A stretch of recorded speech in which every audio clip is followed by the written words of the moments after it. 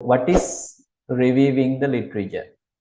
Literature review is an essential feature of academic research. As you know, before going to any research activity, reviewing the literature is very much important. Reviewing literature simply means that the current knowledge need to be appraised.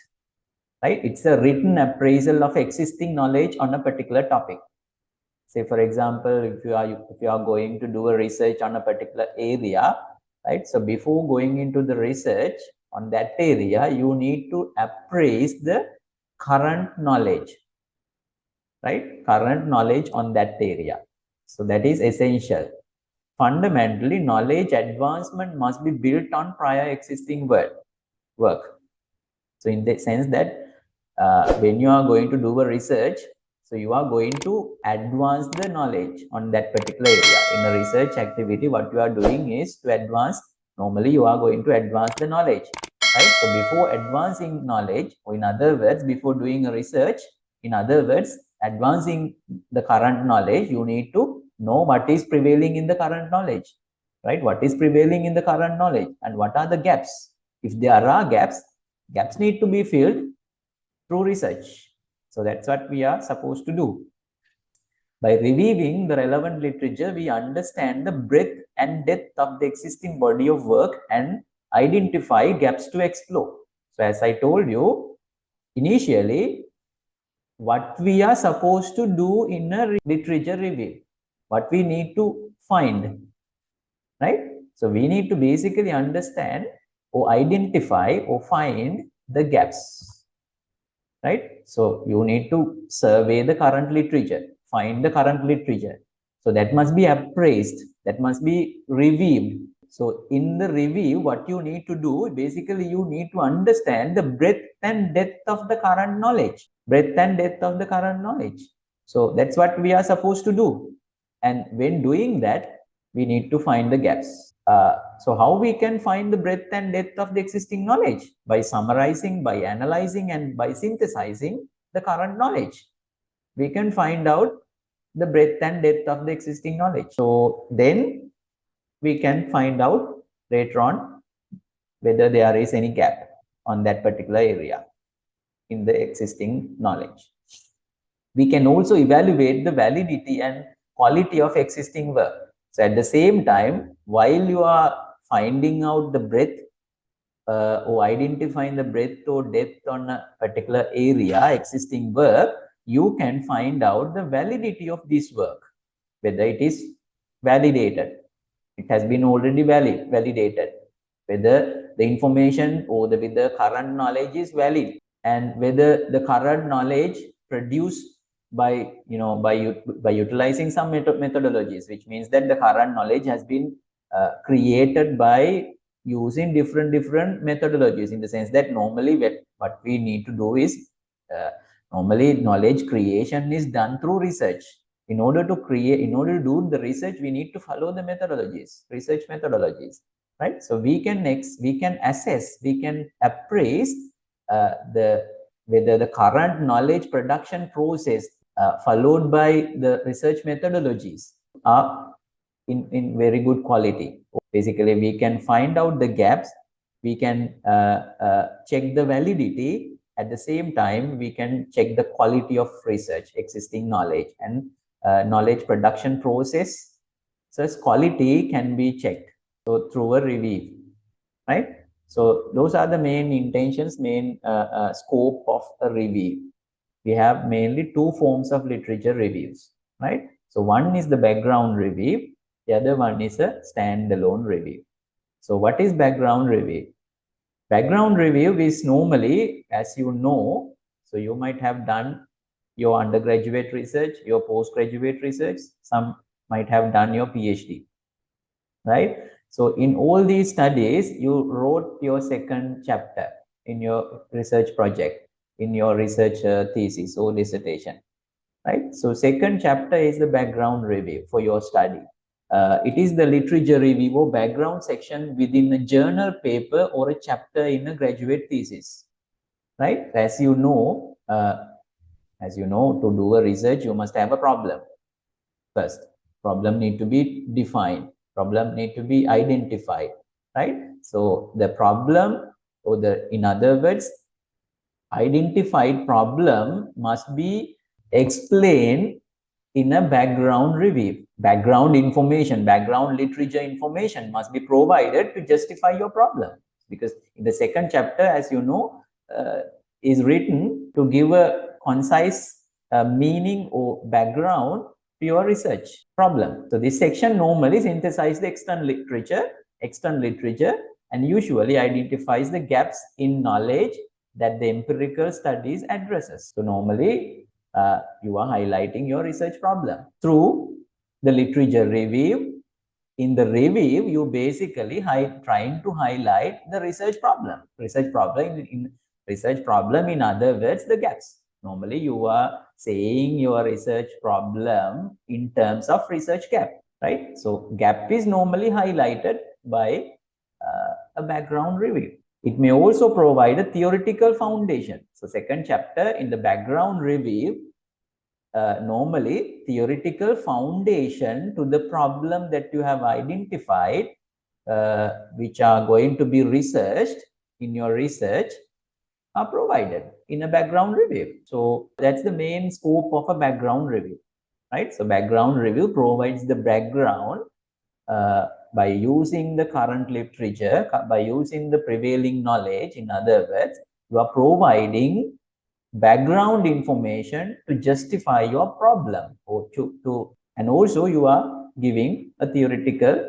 foundation to the problem, or in other words, to the gap that you are going to highlight. So that is normally highlighted in the background review. What is then standalone review, right? So the things that you identified in the background review, things that you are highlighting in the background review, can be published in a separate article. So that is a standalone review, right? So normally standalone review is normally background review is presented in terms of a journal article, for example, right? So that is normally, you have seen that there are a lot of review papers, literature review publications, concept papers, perspective papers. All these are kind of reviews, right? So there are various reviews already published, right? So basically the background review, normally the second chapter informations can be published in terms of an article. So that is known as a standalone review, right? So standalone literature review can be categorized by the purpose of the purpose for the review, which needs to be determined before any work is done. Before any research going to be done, you can publish your background information as a research publication. For example, if you are going to do a PhD, right? So you have already identified your problem. How you can identify your problem? By doing a literature review, right? So you simply can understand the research problem by doing a review. So the review literature can be published in a separate article. That is known as a standalone review. So then based on these two types, there are because any type of you have seen that on the Google, once you are searching your literature, you have seen many type of reviews, right? Whatever the type of reviews that you have seen, basically we can categorize literature reviews basically into two forms. Even though even though we were discussing about these two main forms of basically reviews, right? So basically we can have two reviews, background review and standalone reviews. Those standalone reviews can be splitted or can be divided into mainly two forms. That is, one is traditional review and the other one is systematic literature review. So what is the traditional review? Traditional review is a narrative review that is subject to the author's own opinions, author's own way of writing. By using the own way of writing, they can write something, can review. By reviewing, they can simply identify a gap, right? So authors use variety of styles, different styles, that depending on the person, right? So one person can use another. You can find various formats, various type of headings have been already incorporated into the article. And so if you take 10 articles in the traditional reviews, normally can take various formats. No, there is no defined method. And and they haven't followed no specified analysis as well. Some have used thematic analysis, some have used scoping review, some have used own subjective judgments, right? So with very limited number of articles, by simply googling it, relevant title is taken and Google it and find 10 or 15 articles and write their own, right? So that is a traditional review. So that has a very low possibility of to accept in a highly reputed journal, right? Index journal. Normally subjective reviews are not commonly accepted. Subjective reviews are not in high quality, right? But when it comes to systematic literature review, so they are systematic by its nature, right? So systematic, as the name implies, systematic literature review follows a systematic way of writing the entire research planning, research implementation, and research report writing, right? So there are basically 3 steps: research plan, proposal, uh, research implementation, execution, and the research report writing. For all these 3 main steps, we must follow a systematic procedure. So that's the way of writing systematic or conducting systematic literature review, because there is no room to write anything that we want. Subjective narrations are eliminated, because in order to eliminate this, systems and procedures have been introduced. What do you call this? There are responsible institutions, world leading institutions. They have given us principles, systems, procedures on writing systematic literature reviews. One famous is the Prisma, right? So therefore narrative reviews are eliminated. And when it comes to variety of styles using in traditional review is prohibited by using a structured approach. There is a structured way, prescribed structured way to follow systematic or to do systematic literature reviews. There is a structured way, so that cannot be varied by single other persons or authors. Everyone must follow the structured approach. So title must be written in this way, introduction must be written in this way, right? And articles must be selected in this way, right? Articles must be reviewed in this way, and analysis must be done in this way, right? Finally reporting or in the manuscript writing must be written in this way. So there are guidelines. That is a structured approach prescribed for proposal writing, execution, and report writing. All these 3. And all these methods are rigorous, systematic, scientific, and scientific rationality is there, right? That's why we call it as we are following rigorous methods. And we are supposed to do a synthesis, basically. Systematic literature reviews provide a synthesis, a summary, in other words, summary of the existing knowledge.